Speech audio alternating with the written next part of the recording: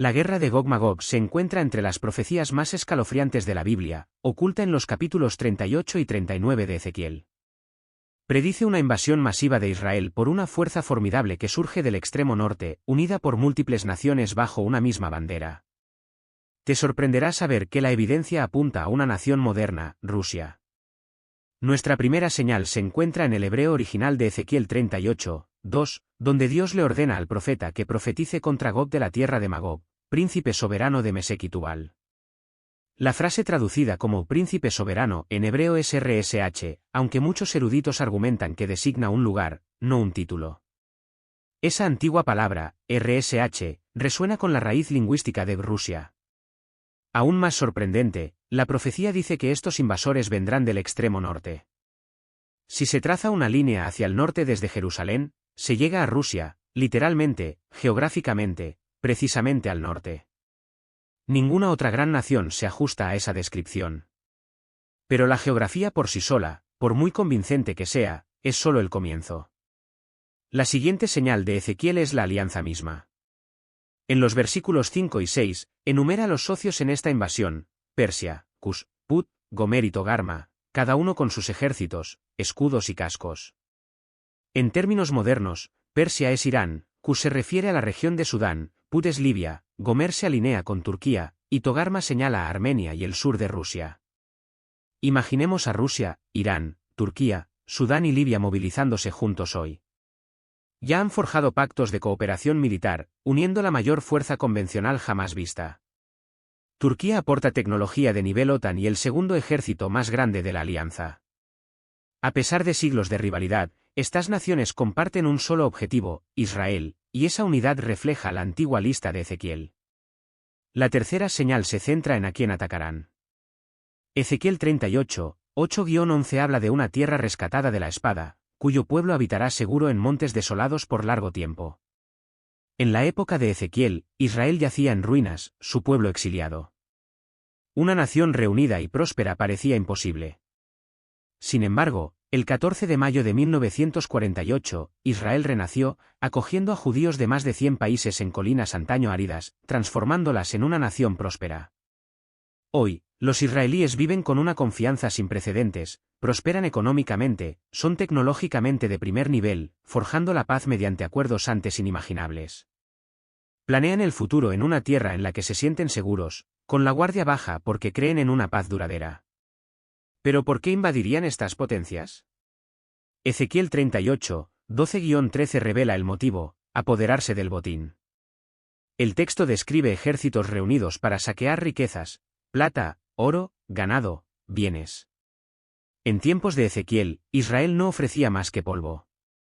Ahora ostenta billones de dólares en valor, enormes yacimientos de gas natural frente a su costa mediterránea, nacientes reservas de petróleo en los altos del Golán y empresas de vanguardia en ciberseguridad, agricultura y medicina. Su encrucijada estratégica entre continentes no hace más que aumentar su valor. Mientras tanto, la economía rusa se resiente bajo las sanciones, Irán y Turquía atraviesan dificultades financieras, Sudán y Libia se tambalean como estados fallidos. Unidos por la desesperación, miran con la mirada las nuevas riquezas de Israel. Finalmente, el momento.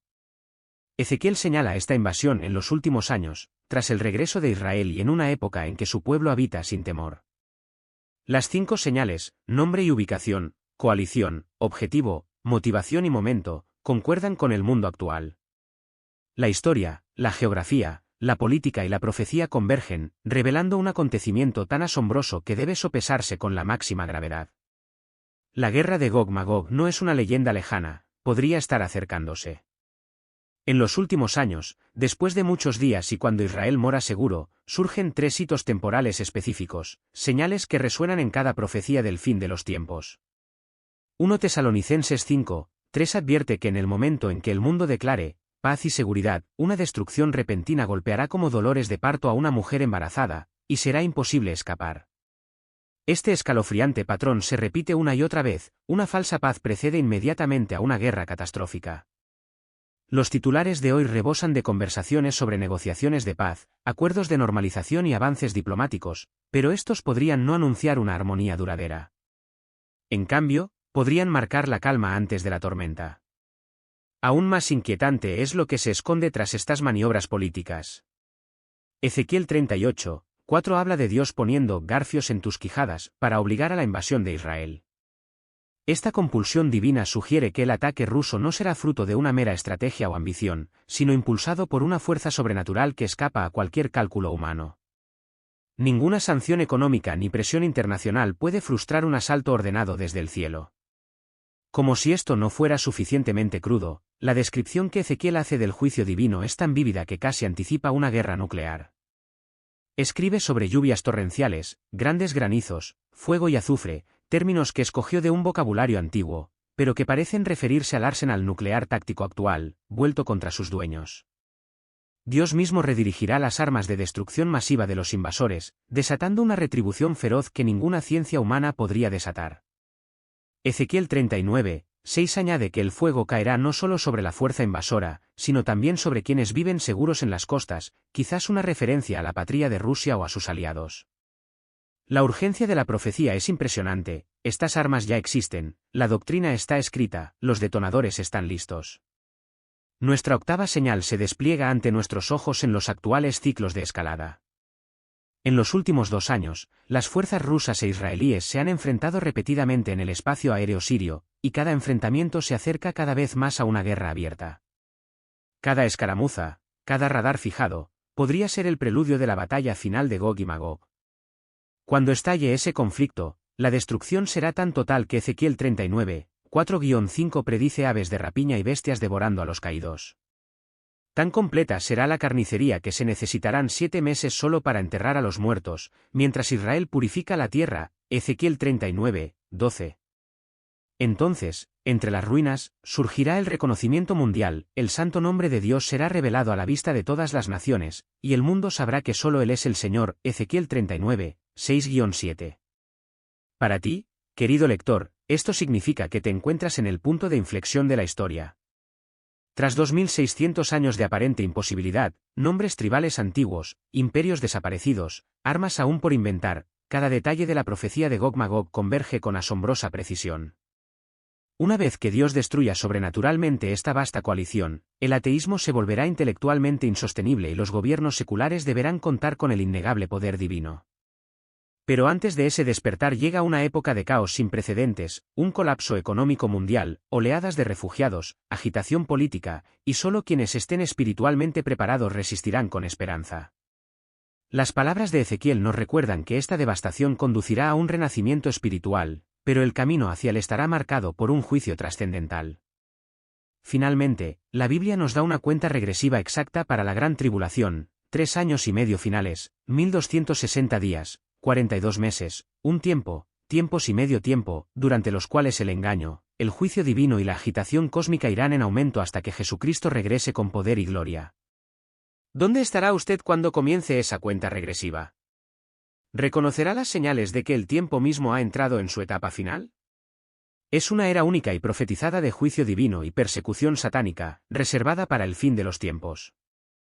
Jesús mismo advirtió en Mateo 24 que habría una tribulación más terrible que cualquier otra que el mundo haya conocido jamás, tan devastadora que, a menos que esos días se acortaran, nadie sobreviviría.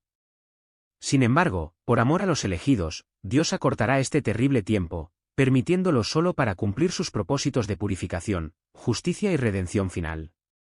Pero, ¿qué desencadena este periodo cataclísmico y qué señales nos indicarán que ha comenzado? Las escrituras proféticas suelen describir la gran tribulación como la segunda mitad de un pacto de 7 años. En esos años, el anticristo ascenderá al dominio mundial, exigirá adoración y desatará una persecución despiadada contra todos los que se nieguen a inclinarse ante él.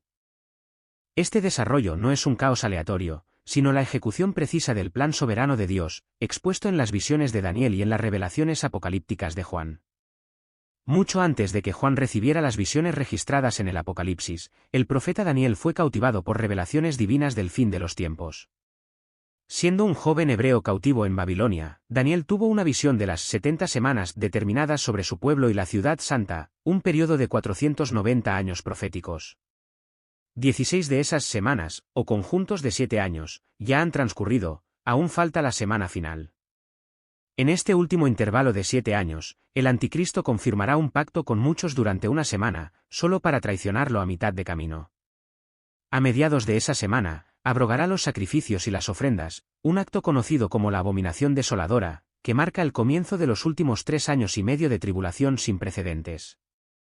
Daniel describe además a este gobernante en el capítulo 7 como una bestia aterradora que altera la ley y que pronunciará palabras contra el Altísimo, y desgastará a los santos por tiempos y la mitad de un tiempo, lenguaje profético que abarca 3 años y medio. Aunque poderoso, su dominio es limitado. El Apocalipsis refleja esta cronología al declarar que a la bestia se le concede autoridad para blasfemar y actuar durante 42 meses, la segunda mitad de la tribulación, durante los cuales reinará con un poder aparentemente indiscutible. Sin embargo, su ascenso no se disfrazará inicialmente de villano. Ofrecerá paz, prosperidad y la promesa de unidad global, quizás incluso la reconstrucción del Templo de Jerusalén, mientras que bajo su apariencia afable se esconde una rebelión pura contra Dios. Lo asistirá una segunda bestia, el falso profeta, que parece manso como un cordero, pero habla con voz de dragón. Mediante señales milagrosas, fuego del cielo y otras maravillas, engañará a los habitantes de la tierra y los obligará a crear y adorar una imagen de la primera bestia bajo pena de muerte. En el corazón de esta oscura alianza se encuentra la infame marca de la bestia. Nadie podrá comprar ni vender sin ella, pues simboliza a quien ha elegido lealtad. Esta marca espiritual sellará a quienes se sometan a la autoridad de la bestia, atándolos irreversiblemente a su rebelión. Y las Escrituras advierten que quienes la reciban beberán del vino de la ira de Dios. Pero incluso en la oscuridad de aquellos días, la esperanza persiste. Apocalipsis 7 interrumpe la secuencia de juicios para revelar un remanente sellado y protegido por Dios, sus elegidos, que se mantienen firmes en medio de la locura y el engaño. Estos son los que están destinados a la preservación divina, quienes dan testimonio de la fidelidad de Cristo y esperan su regreso triunfal, cuando todo se arreglará y toda lágrima será enjugada.